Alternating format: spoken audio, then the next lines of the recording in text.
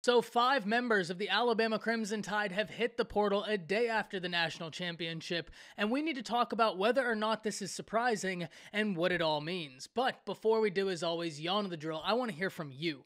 So hop down to the comments, give me a Y for yes, N for no. Are you surprised about the names that have hit the transfer portal? And then let me know which name surprises you most.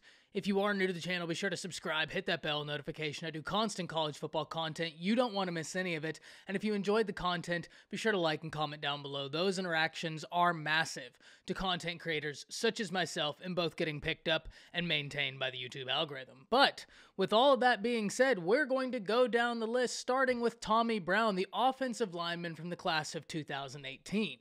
Tommy Brown was a one-time member of the Mater Dei football program and was a top 150 player in the nation coming out of high school, a top 5 guard in the nation.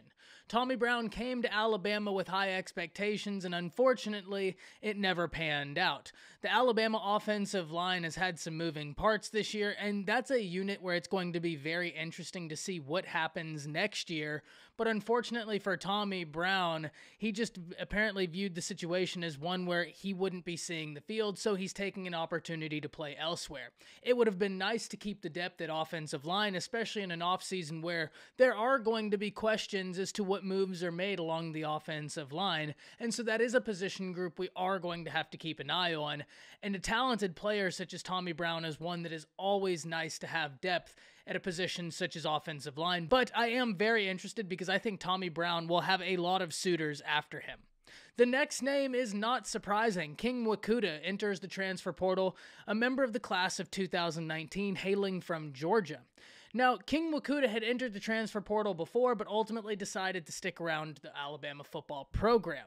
So when he enters his name a day after the national championship, it's not one that's surprising. But King Wakuda is not the only one from that edge group to hit the portal, because former 5-star Drew Sanders from Denton Ryan, Texas, will be joining him and entering his name into the transfer portal. And this is one that kind of hurts me. And the reason is coming out of high school, I was a big fan of Drew Sanders and very happy he picked the Alabama Crimson Tide. I think Drew Sanders is going to develop into a really good football player, and he was even the number 2 option at one point this season for Alabama when Chris Allen went down with an injury. It then became Drew Sanders' turn. Now, ultimately and unfortunately for Drew Sanders, he got hurt, and in came Dallas Turner, and Dallas Turner never looked back. Look, as much promise as Drew Sanders has, and I absolutely believe he is going to be a really solid player, Dallas Turner came in midway through the year as a true freshman and finished the year with 8 sacks, and it was kind of understood that that job was his, and he and Will Anderson are going to be a terror at the edge rush position. Even outside of Dallas Turner's presence, there's still 5-star Chris Braswell, as well as incoming freshman 5-star Jeremiah Alexander. So, that room right there, the outside linebacker edge rush position for the Crimson Tide, currently has 4 5-stars in it, not counting all the very talented blue chip 4 stars, 3 stars, what have you. Suffice to say, the room is extremely loaded. So am I surprised Drew Sanders has hit the portal?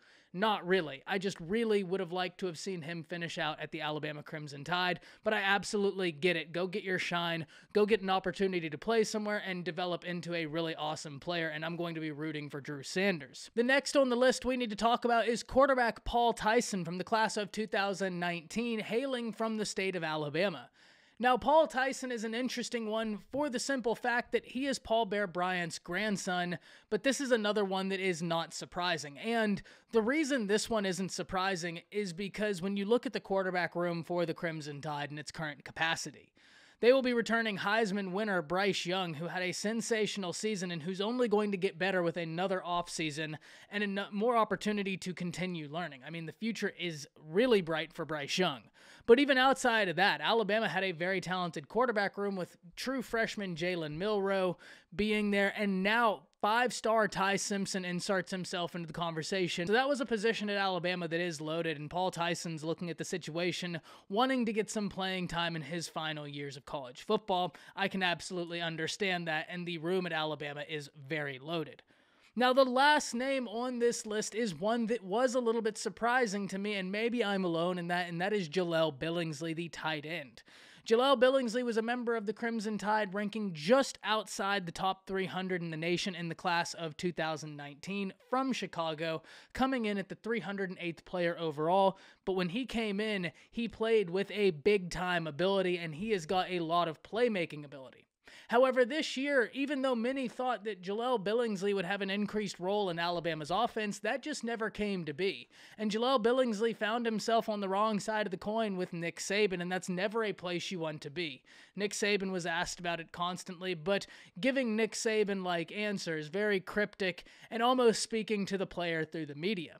Now, ultimately, that did get cleared up, but Billingsley never contributed in the way many people thought. I think a lot of teams are going to contact him because he can be a mismatch schematically. It just did not work out at Alabama, and it makes me wonder what the future plans are for the tight ends coming in the current class. Because Tide fans will know Nick Saban is very high on a particular member of Alabama's recruiting class who's coming in who may be playing the tight end position. He very much well impressed Nick Saban at the camp, and I think the future is very bright with him, but I'm just very interested to see if Amari Niblack will end up playing tight end or what the future holds for that young man. So at the end of this day, 5 players enter their name into the transfer portal, and really there's not too many surprises here. I know some people will be inclined to say the dynasty is over, Alabama's done, look at the players entering the transfer portal the day after a loss. But if we look at the other side of the aisle, Georgia's now experiencing players entering the transfer portal as well, and it was only going to be natural that it occurred after the national championship because these guys don't want to distract from what their team is trying to do. A lot of these guys have probably known for a bit that this was going to happen or that this wasn't an inevitability at the end of the year, but wanted to wait until after the national championship to be a distraction. Alabama has been recruiting at an elite level. They just recruited the best class of all time before A&M broke that record, but then followed it up with a class this year that has an average recruit rank of 95 plus, the number 1 in the nation.